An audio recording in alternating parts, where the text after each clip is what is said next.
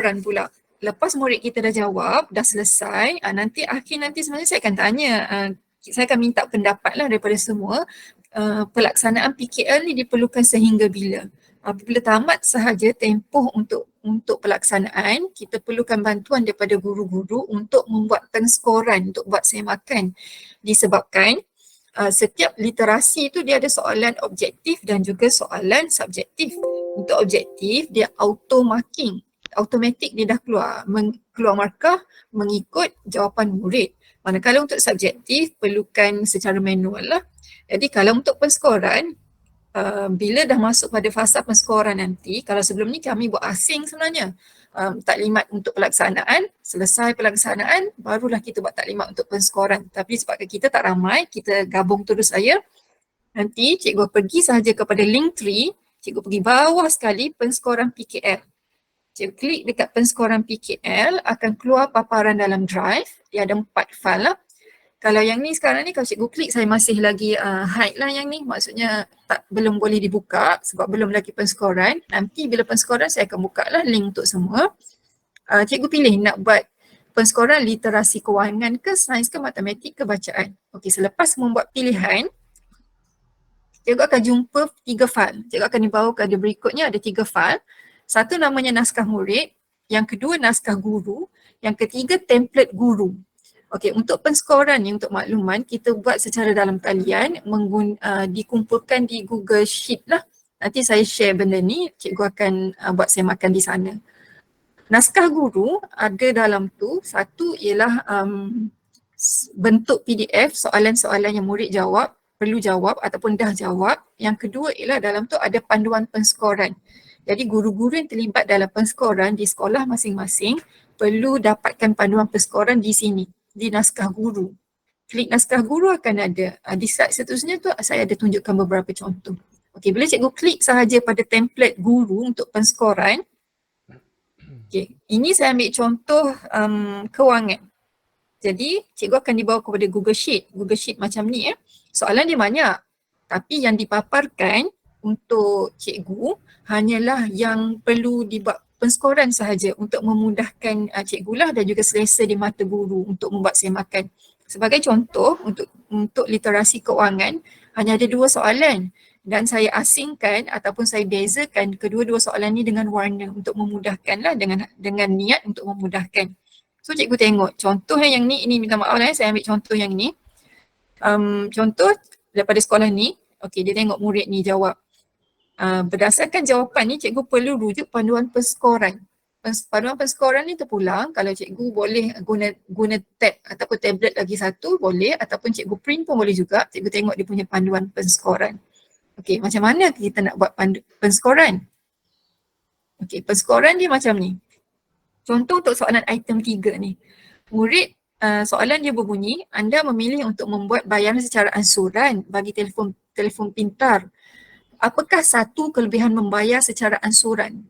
So murid perlu menilai kelebihan membayar secara ansuran. Murid pun bagilah jawapan. Okay, yang biru ni, yang warna biru ni. So antara jawapannya contoh, boleh menjimatkan duit, boleh menyimpan sedikit wang, kelebihannya ialah dapat menjimatkan sedikit wang. Okey, panduan dia di sini. Yang saya tengah pusing-pusing ni. Dia ada spesifikasi, ada huraian sikit tentang soalan. Cara memberi panduan, cara memberi penskoran ialah kita guna coding nombor 109 dan ada juga soalan yang perlu letak kod 2. Kita letak kod sahaja cikgu-cikgu, kita letak kod Okay, kita letak kod 1, dia tak sama bagi setiap soalan, so kita memang kena rujuk betul-betul lah. Contoh untuk soalan ni, kod 1 ni kita bagi sekiranya murid memberi respon yang relevan. Dia tak semestinya 4 ni sahaja. Asalkan relevan, boleh terima, kita bagi kod 1. Sekiranya murid dia memberi respon lain daripada yang ini, contoh respon lain tak tahu. Ini kalau yang sebelum ni kita akan jumpa banyak tak tahu, dia jawab selain daripada jawapan yang sepatutnya lah. So kita letak respon kosong.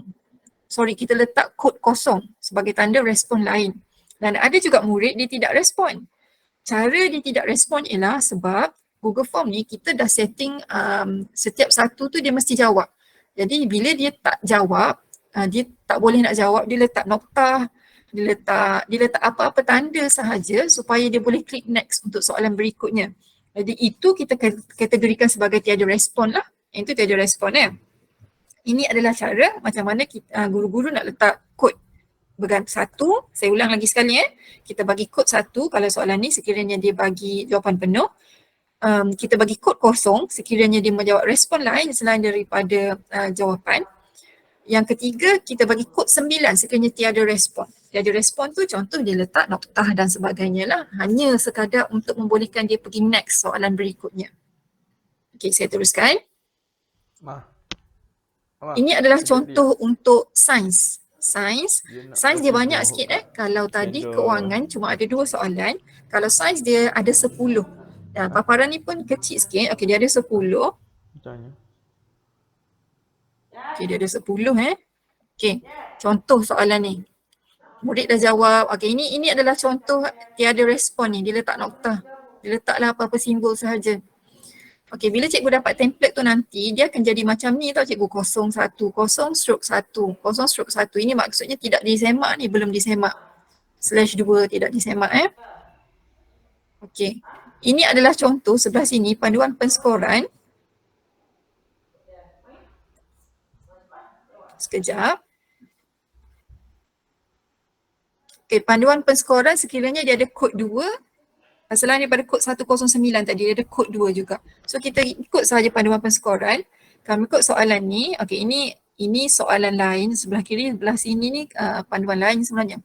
Okey, bagi kod 2, kod penuh sekiranya murid boleh memberi 2 jawapan yang tepat. 2 jawapan yang betul, so kita bagi 2, kod 2, kita letak kod 2. Sekiranya murid hanya boleh memberi 1 sahaja respon yang betul, cikgu bagi kod 1. Dan kod 0 dan 9 sama je macam yang tadi.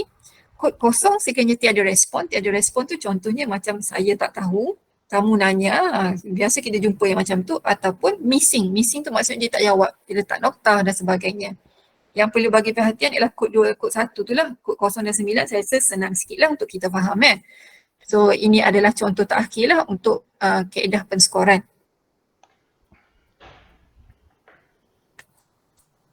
Okey. Biasanya persoalan dia ialah siapa yang perlu buat penskoran. Penskoran ini cadangan cadangan. Kalau literasi sains kita bagi pada guru sains, kalau literasi kewangan dan juga literasi matematik kita bagi pada guru matematik, literasi bacaan guru bahasa. Tapi ada juga sekolah dia guru bahasa tu dia nak membantu. Sebagai contoh dia tengok dia punya literasi hanya ada 1 sahaja yang perlu perlu membuat penskoran berbanding dengan sains dan juga matematik, maka dia offer dirilah. Jadi ini terpulang cadangan ini terpulang kepada pelaksanaan dan juga pentadbiran di sekolah masing-masing. Okey, sampai bila tempoh penskoran? Yang ini saya perlu minta bukan penskoran ni sebenarnya, pelaksanaan PKL. Saya perlu minta respon daripada cikgu-cikgu lah, daripada SMA Al-Basriyah, SMA Al-Qariyah dan juga MRCM.